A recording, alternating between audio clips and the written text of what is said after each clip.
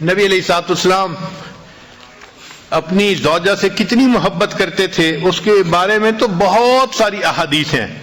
بہرحال ایک حدیث مبارکہ سن لیجئے کہ ایک مرتبہ نبی علیہ الصلوۃ والسلام نے ایک اونٹ لیا، سفر درپیش تھا، تو سیدہ عائشہ صدیقہ رضی کو اونٹ کے اوپر بٹھا دیا. اللہ کی شان کہ وہ اونٹ نیا تھا، ذرا بدک گیا اور بھاگ کھڑا ہوا.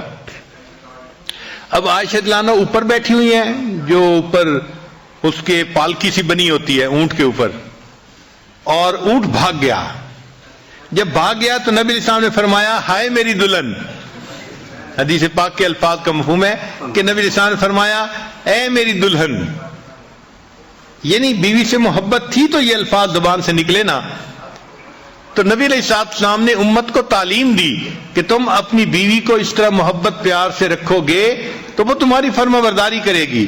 چنانچہ جب سیدہ فاطمہ الزہرا رضی اللہ عنہا کی رخصتی ہونے لگی تو نبی علیہ السلام نے فرمایا حضرت علی رضی اللہ عنہ کو، علی اگر تم محبت سے رکھو گے تو فاطمہ تمہاری ہے. اور اس چھوٹے سے فکرے میں ازدواجی زندگی کا خلاصہ موجود ہے کہ اگر خاوند بیوی کو محبت سے رکھے گا تو بیوی خاوند کی ہوتی ہے، وہ اسی کی خاطر زندگی گزارتی ہے اور اسی کے گھر کے ماحول کو نیکی اور دینداری کے مطابق بناتی ہے. تو محبت پیار سے گھر والوں کو رکھنا تاکہ گھر کا ماحول نیک رہے، یہ ضروری ہے. ایک مرتبہ نبی علیہ السلام نے یہ قسم اٹھا لی کہ میں 1 مہینے تک اپنی بیویوں سے نہیں ملوں گا. یہ واقعہ ایلا کہلاتا ہے. اب نبی علیہ السلام مسجد میں تھے، بیویاں گھروں میں تھیں اور 1 مہینے کی قسم کھائی ہوئی تھی. اللہ کی شان دیکھیں کہ 29واں دن تھا تو نبی علیہ السلام عائشہ صدیقہ رضی اللہ عنہا کے گھر آ گئے. تو عائشہ رضی اللہ عنہا نے کہا اے اللہ کے حبیب صلی اللہ علیہ وسلم، آپ نے تو قسم کھائی تھی کہ میں 1 مہینے تک بیویوں سے نہیں ملوں گا اور آج تو 29 دن ہیں. تو نبی علیہ السلام نے فرمایا عائشہ کبھی کبھی مہینہ 29 کا بھی ہوا کرتا ہے. تو یہ بیوی کی محبت تھی نا کہ 30 دن کے بعد آنے کی بجائے 29 دن کے بعد آپ گھر تشریف لائے. اور پھر آپ نے کہا کہ عائشہ کبھی کبھی مہینہ 29 کا بھی ہوا کرتا ہے.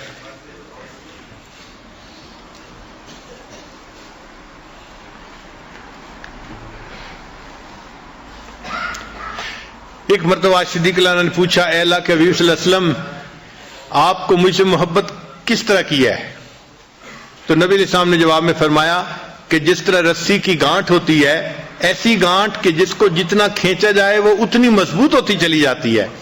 تو میری محبت بھی آپ کے ساتھ ایسی ہے کہ جتنا اس کو کھینچا جائے یہ اتنی مضبوط ہوتی چلی جاتی ہے. چنانچہ جب ایسی آیات اتری جن میں امہات المومنین کو اختیار دیا گیا تھا کہ یا تو وہ نبی علیہ السلام کے ساتھ رہیں یا پھر ان کو دنیا کی سب نعمتیں دے دی جائیں گی، اس کو آیت تخییر کہتے ہیں. تو نبی علیہ السلام نے بتایا سب کو، مگر نبی علیہ السلام سمجھتے تھے کہ عائشہ صدیقہ عمر میں چھوٹی ہیں، ایسا نہ ہو کوئی جلد بازی کا فیصلہ کر لے.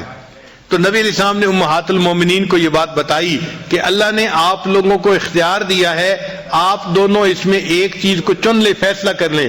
مگر عائشہ آپ کو میں بتا رہا ہوں کہ آپ اکیلی فیصلہ نہ کرنا، آپ اپنے ماں باپ سے مشورے کے بعد فیصلہ کرنا. کیونکہ نبی علیہ السلام کو یقین تھا کہ جب یہ اپنے والد ابوبکر صدیق عنہ سے مشورہ کرے گی تو وہ ان کو یہی کہیں گے کہ تم جو ہے غربت تنگی کو برداشت کر لو اور نبی علیہ السلام کے ساتھ ہی رہو. تو جب انہوں نے نبی علیہ السلام نے فرمایا کہ تم اپنے والدین سے مشورے کے بعد فیصلہ کرنا، تو عائشہ صدیقہ رضی اللہ عنہا مسکرائیں اور کہنے لگیں آپ کے بارے میں فیصلہ کرنے کے لیے مجھے کسی اور سے پوچھنے کی کوئی ضرورت نہیں، میں تنگی ترشی کو برداشت کر لوں گی، میں آپ کو اختیار کرتی ہوں، مجھے کسی اور چیز کی ضرورت نہیں ہے. تو عائشہ صدیقہ عنہ کے اس جواب کو سن کے پھر باقی تمام ازواج مطہرات نے بھی نبی علیہ السلام کو چن لیا. تو محبت دونوں طرف سے ہو، خاوند کی طرف سے بیوی سے محبت ہو اور بیوی کی طرف سے خاوند کے ساتھ اس کو محبت ہو. نبی علیہ السلام کی یہ کامیاب ازدواجی زندگی ہمیں اس بات کی تعلیم دیتی ہے ہم اپنے گھروں میں اگر چاہیں تو جنت کا ماحول بنا سکتے ہیں. سچی بات یہ ہے اتنا پرسکون ہوتا ہے گھر کہ انسان کو گھر میں جنت کا مزہ آتا ہے. سب نیکی پہ چلنے والے، سب نیکی کرنے والے، سب اتفاق رائے کے ساتھ زندگی گزارنے والے. بیوی خاوند کی تعریفیں کر رہی ہوتی ہے، خاوند بیوی کی تعریفیں کر رہا ہوتا ہے، اور دونوں اللہ کو راضی کرنے کے لیے اپنی کوششیں کر رہے ہوتے ہیں. یہ ہے اصل کامیاب زندگی، کہ ہمارے گھر جنت کی تیاری کے جو ہے وہ مراکز بن جائیں. ہمارے گھر کا ہر فرد جنت کی تیاری میں لگا ہوا ہو، نیک اعمال میں لگا ہوا ہو. اور یہ چیز تب ممکن ہے جب خاوند اپنی بیوی کو محبت پیار سے رکھے گا. اگر خاوند یہ سمجھتا ہے کہ میں ڈانٹ ڈپٹ کے ذریعے سے بیوی سے بات منوا لوں گا، تو یہ بات جو ہے خیال است و محال است و جنوں، یہ بات ایسی نہیں ہوتی. ہمارے حضرت مرشد عالم رحمۃ اللہ فرمایا کرتے تھے کہ جو شخص پیار کے ذریعے اپنی بیوی کا دل نہ جیت سکا، جو شخص پیار کے ذریعے اپنی بیوی کا دل نہ جیت سکا، یہ شخص تلوار کے ذریعے بھی بیوی کا دل نہیں جیت سکتا. جو شخص پیار کے ذریعے اپنے بیوی کا دل نہ جیت سکا، یہ شخص تلوار کے ذریعے بھی بیوی کا دل نہیں جیت سکتا. تو پیار و محبت ہی ہے جس کی وجہ سے آپس میں الفتیں بڑھتی ہیں اور ایک دوسرے کی قدر دل میں آتی ہے اور انسان اچھی زندگی گزارتا ہے. چنانچہ ہم ازدواجی زندگی کے بارے میں ریسرچ ڈھونڈ رہے تھے تو ہم نے سینکڑوں کتابیں دیکھیں اور سینکڑوں ریسرچ پیپر دیکھے، اور ایک ریسرچ پیپر کے اندر عجیب ریسرچ دیکھی.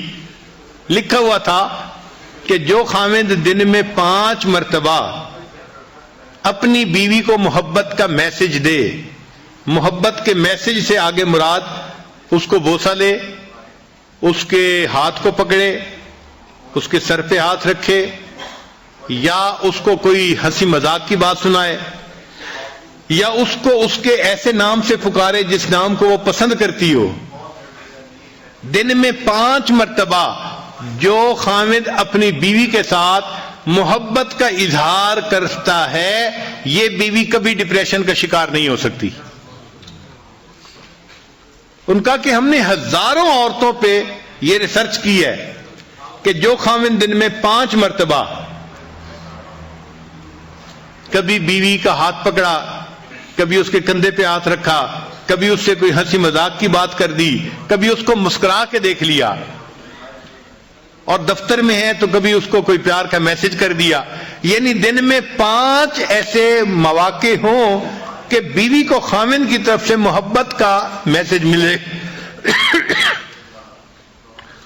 تو لکھا تھا کہ وہ عورت کبھی ڈپریشن کا شکار ہو ہی نہیں سکتی.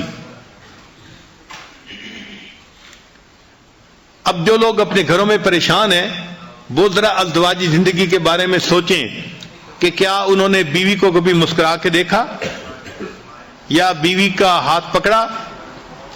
اگر ایسا نہیں کیا تو بیوی پہ کیا گلہ کرتے ہیں؟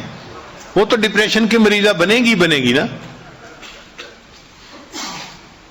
تو بیویوں کو ڈپریشن سے نکالنا خاوند کے لیے کوئی مشکل نہیں ہوتا. اللہ تعالیٰ نے خاوند کے ہاتھ میں جادو دیا ہوا ہے، ایسا جادو ہے کہ بس وہ بیوی کا ہاتھ پکڑ لے، بیوی سب کچھ بھول جاتی ہے، سب پاسٹ کو بھول جاتی ہے اور نئے سرے سے اچھی زندگی گزارنے کے لیے پھر تیار ہو جاتی ہے.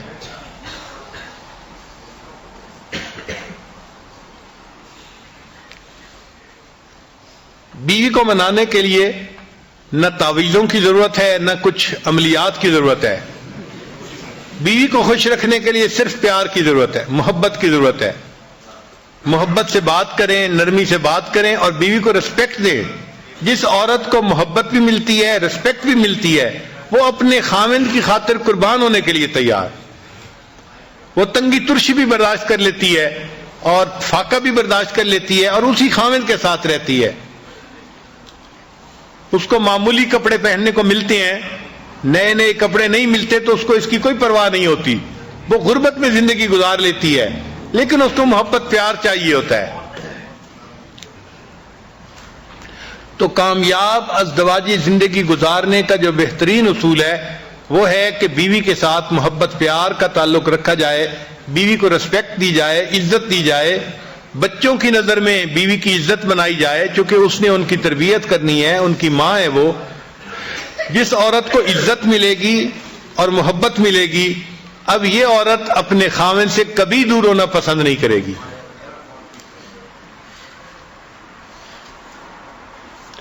چنانچہ بعض لوگ بڑے غریب ہوتے ہیں،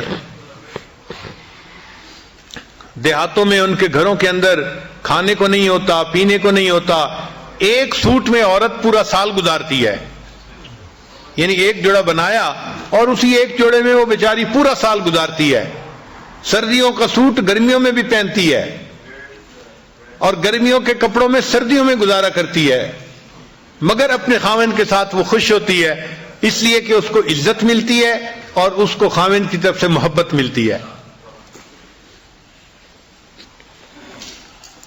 چنانچہ ایک میاں بیوی بہت غریب تھے، خاوند بیچارہ مزدوری کرتا تھا اور گھر کا خرچہ چلاتا تھا، مگر میاں بیوی آپس میں محبت بہت تھی.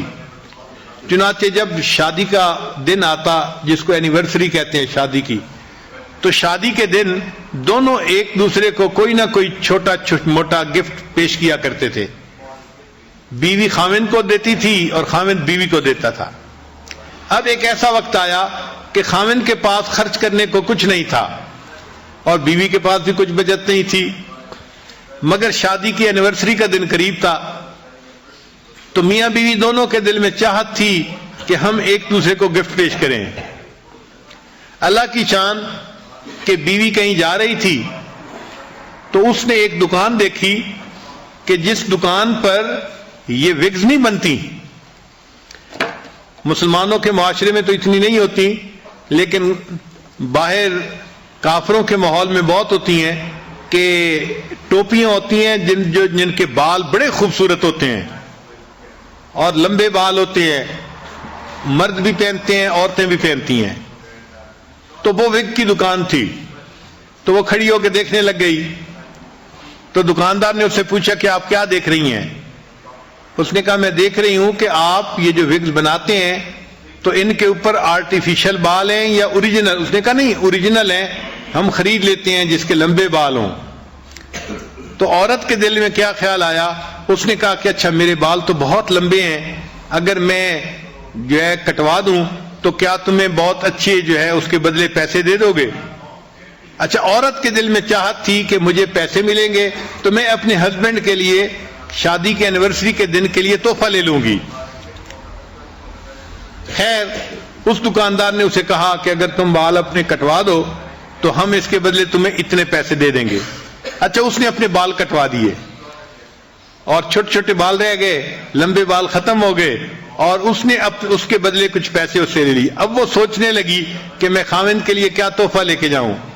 اس کے خاوند کے پاس ایک گھڑی تھی، جیسے گول گھڑی پہلے بوڑھوں کے پاس ہوتی تھی نا، ایک تو ہوتی ہے نا ہاتھ پہ باندھنے والی پٹے کے ساتھ، ایک ہوتی ہے جیب والی گھڑی.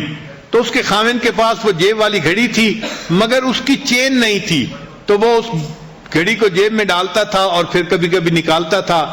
تو بیوی نے سوچا کہ میں اپنے ہسبینڈ کے لیے وہ چین لے کے جاتی ہوں تاکہ میرا ہسبینڈ گھڑی کو چین کے ساتھ باندھ دے گا اور اس کو گھڑی نکالنی آسان ہو جائے گی. چنانچہ اس نے گھڑی کی چین خرید لی.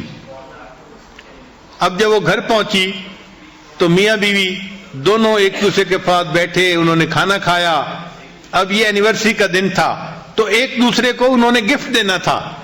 چنانچہ اب گفٹ دینے کے لیے بیوی نے پہلے بات بتائی کہ بھئی میں نے ایسے کیا ہے کہ وہ جو آپ کی گھڑی تھی نا، وہ آپ اس کو جیب میں ڈالتے تھے، اس کی چین نہیں تھی، تو میں نے کہا میں اس کے لیے خوبصورت سی چین لے آؤں، تو میں نے جو ہے وہ ایک چین خریدی ہے اور میں آج کے دن آپ کو وہ گفٹ کر رہی ہوں. تو بیوی نے گھڑی کی وہ چین دی تو خاوند کی آنکھوں سے آنسو آ گئے. تو بیوی نے پوچھا کہ آپ رو کیوں رہے ہیں؟ کہنے لگا کہ میں بھی سوچ رہا تھا کہ میں آج تمہیں ضرور گفٹ دوں گا، میں نے اسی گھڑی کو بیچ دیا اور اس کے بدلے میں تمہارے لیے ہیئر کلپس لے کے آیا ہوں. تو خاوند بیوی کے لیے ہیئر کلپ لے کے آیا جبکہ بیوی اپنے بال کٹوا چکی تھی، اور بیوی اپنے خاوند کے لیے گھڑی کی چین لے کے آئی جبکہ وہ اس گھڑی کو بیچ کے اس کے بدلے بیوی کا کلپ لے چکا تھا. تو غربت اپنی جگہ، محبت و پیار ایک ایسی چیز ہے کہ جو ان سب سے بلند و بالا ہے. اور شریعت یہ چاہتی ہے کہ میاں بیوی جتنا محبت پیار کی زندگی گزاریں گے اتنا انہیں اللہ کی طرف سے اجر ملے گا۔ حدیث مبارکہ کا مفہوم ہے خاوند جب بیوی کو دیکھ کے مسکراتا ہے اور بیوی خاوند کو دیکھ کے مسکراتی ہے، اللہ تعالیٰ ان دونوں کو دیکھ کے مسکراتا ہے۔ تو ذرا غور کیجئے نا کہ اللہ تعالیٰ کو خوش کرنا کتنا آسان ہے۔ خاوند جب بیوی کو دیکھ کے مسکراتا ہے اور بیوی خاوند کو دیکھ کے مسکراتی ہے، اللہ تعالیٰ ان دونوں کو دیکھ کے مسکراتا ہے۔ اور جنت میں جانا بھی بہت آسان ہے، ذرا سمجھنے کی بات ہے، غور کیجئے۔ حدیث مبارکہ میں ہے کہ جو عورت پاک دامنی کی زندگی گزارنے والی ہو اور فرائض پورے کرنے والی ہو اور اس حال میں مرے کہ اس کا خاوند اس سے خوش ہو، اللہ تعالیٰ اس کے لیے جنت کے دروازے کھول دیں گے، وہ بلا حساب سیدھی جنت میں جائے گی۔ اب اس حدیث پاک کو پڑھ کے مرد یہ سمجھتے ہیں کہ بھئی عورت کے لیے جنت میں جانا تو بہت آسان ہے۔ بھئی عورت کے لیے جنت میں جانا یقیناً آسان ہے اگر وہ اپنے خاوند کی خدمت کرے گی، اس کو خوش رکھے گی اور فرائض پورا کرے گی تو حدیث پاک سے ثابت ہے کہ اللہ تعالیٰ اس کو جلدی جنت عطا فرما دیں گے، وہ سیدھی جنت میں جائے گی۔ مگر اگر خاوند نے اس کو زندگی میں خوش رکھا ہے تو سوال یہ ہے کہ کیا وہ خاوند کے بغیر جنت چلی جائے گی؟ بھئی جو بھی اپنے خاوند سے خوش ہے، اگر اس کو اختیار دیا گیا کہ جنت چلی جاؤ تو کیا وہ خاوند کے بغیر چلی جائے گی؟ نہیں جائے گی، اس کی وفا کے خلاف ہے، کبھی ہو ہی نہیں سکتا کہ وہ خاوند کے بغیر جنت میں جائے۔ تو اگر بیوی جلدی جائے گی تو بیوی خاوند کو بھی ساتھ لے کے جائے گی۔ یہ جنت میں جانے کا سب سے آسان طریقہ ہے، خاوند بیوی کو خوش رکھے، بیوی خاوند کو خوش رکھے، اللہ تعالیٰ بیوی کو جلدی جنت عطا فرمائیں گے اور بیوی خاوند کے بغیر جنت میں نہیں جانا پسند کرے گی۔ اللہ تعالیٰ ہمیں نیکی تقوی کی زندگی گزارنے کی توفیق عطا فرمائے اور ایک مثالی خاوند بن کر اللہ زندگی گزارنے کی توفیق عطا فرمائے۔ جو غلطیاں کوتاہیاں ہو گئی ہیں اپنی بیویوں سے معافی مانگ لینے میں کوئی حرج نہیں ہے، دنیا میں ان سے معافی مانگ کے خوش کر لیجئے اور ایک نئی زندگی محبتوں والی شروع کر دیجئے۔ وآخر دعوانا ان الحمد للہ رب العالمین۔